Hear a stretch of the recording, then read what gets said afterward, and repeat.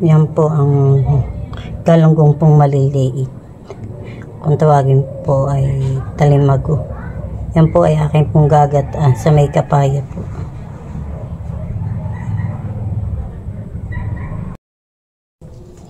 Yan po, tatanggalan ko na po ito ng hasang. Ganito po.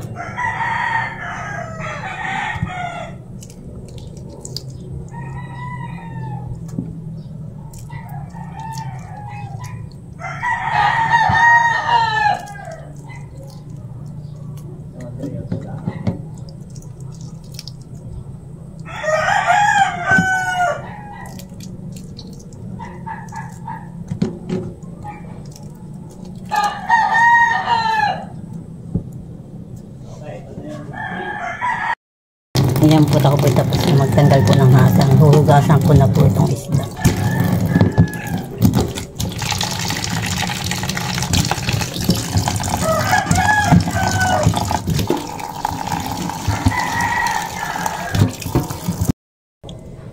Ayan po, tayo po magtatalit ng kapaya. Ilalak po natin doon sa isda. Gagataan ko po.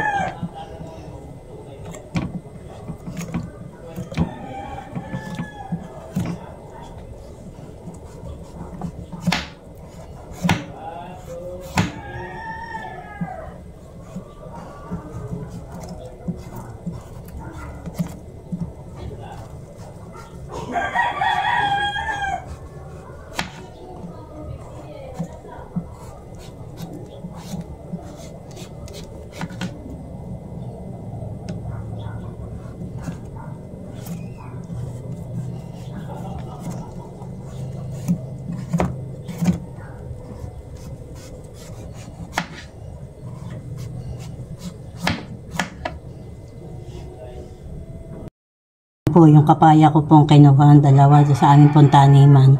Yan po ay lulutuin ko.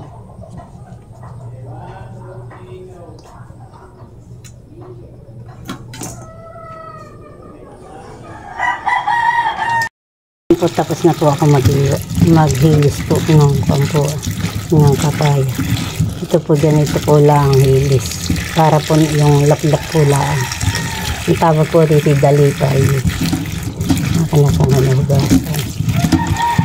At ako po ay kakayod pa ng niyog.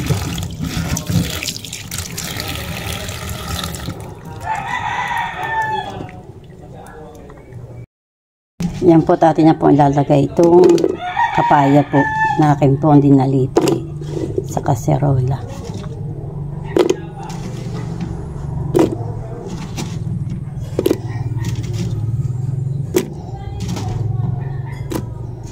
Ito po ay aming pangtanghalian.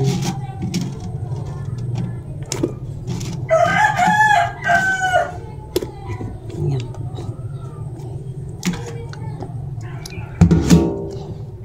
Tapos po ay akin pong papaibabaw po yung isda po na akin pong nilinis.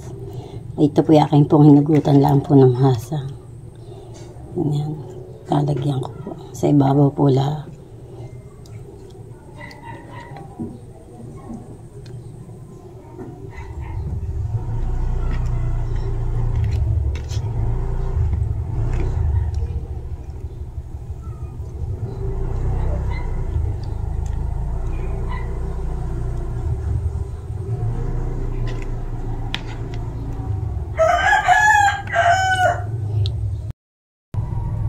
Yan po, may asin na po, may bitsin na, may paminta na, may luya at bawang po.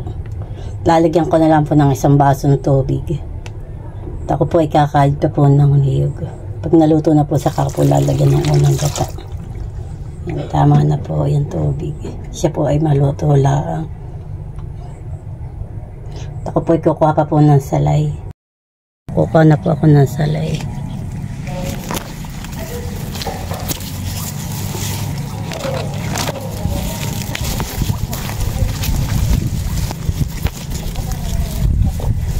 Ito po ay tanim ko. Dahil po akong tanim na salay. Dito po sa likodan.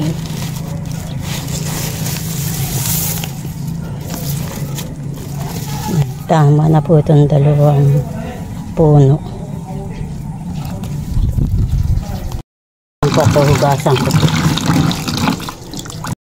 Nakulo na po siya. Ilalagay ko na po din sa salay. Sanaw-sanaw po lang ang sabaw niya. Ito po, ilalagyan po natin ng kaunting suka. Sukang sasa po ito. Ito po galing kay tati. Ako po pinangin isa 1.5. Ito po. Sukang sasa. Sukang sasa.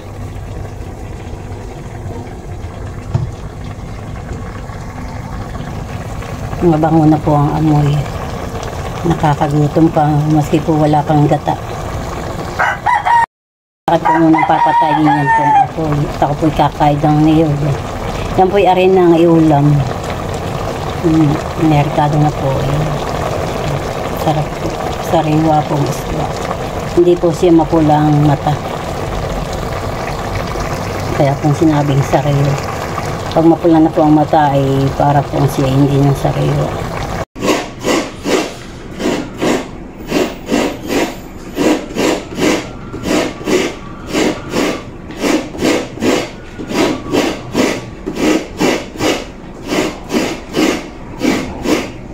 Kung yan ang kasama, o kaya niya isa dito.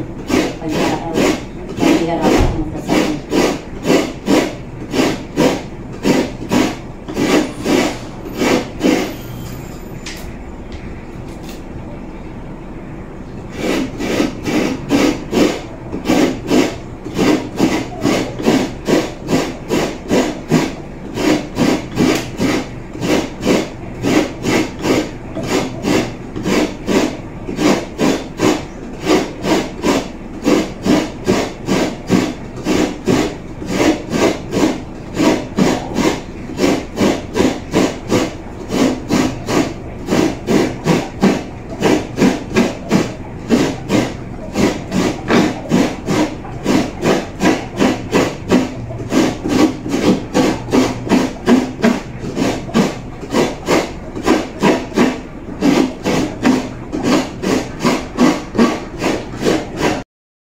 Yan po at tapos na po ako magkayod ng niyog.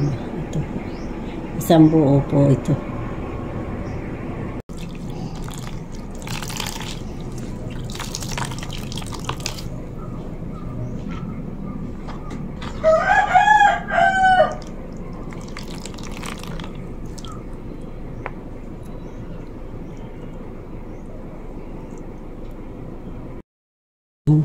Yan po natin na pong sasalain.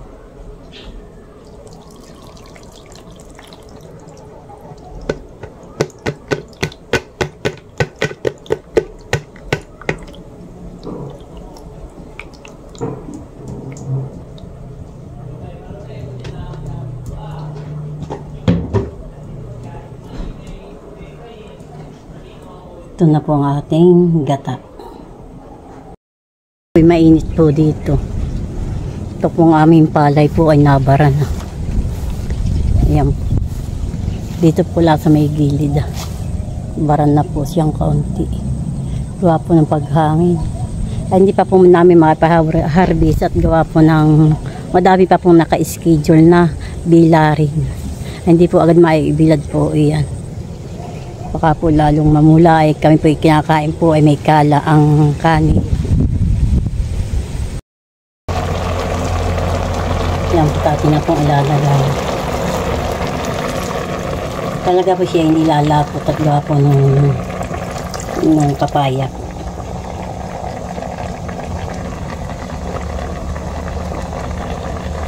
Ayan.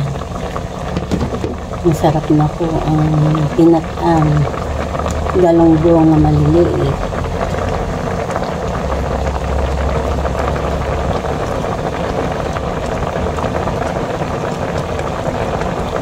Nakakagutom na ang amoy.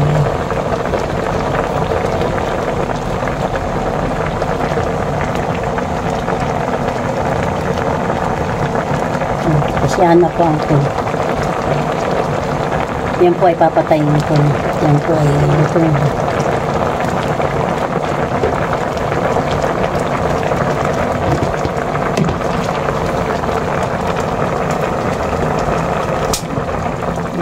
Pinatay ko na po. Luto na po. Yan. Pinatay ko na po ang apoy. Hindi ko po muna siya tatakpan. Maya maya po. Papalamigin ko po. Para po hindi po siya magkorek sa o lalo.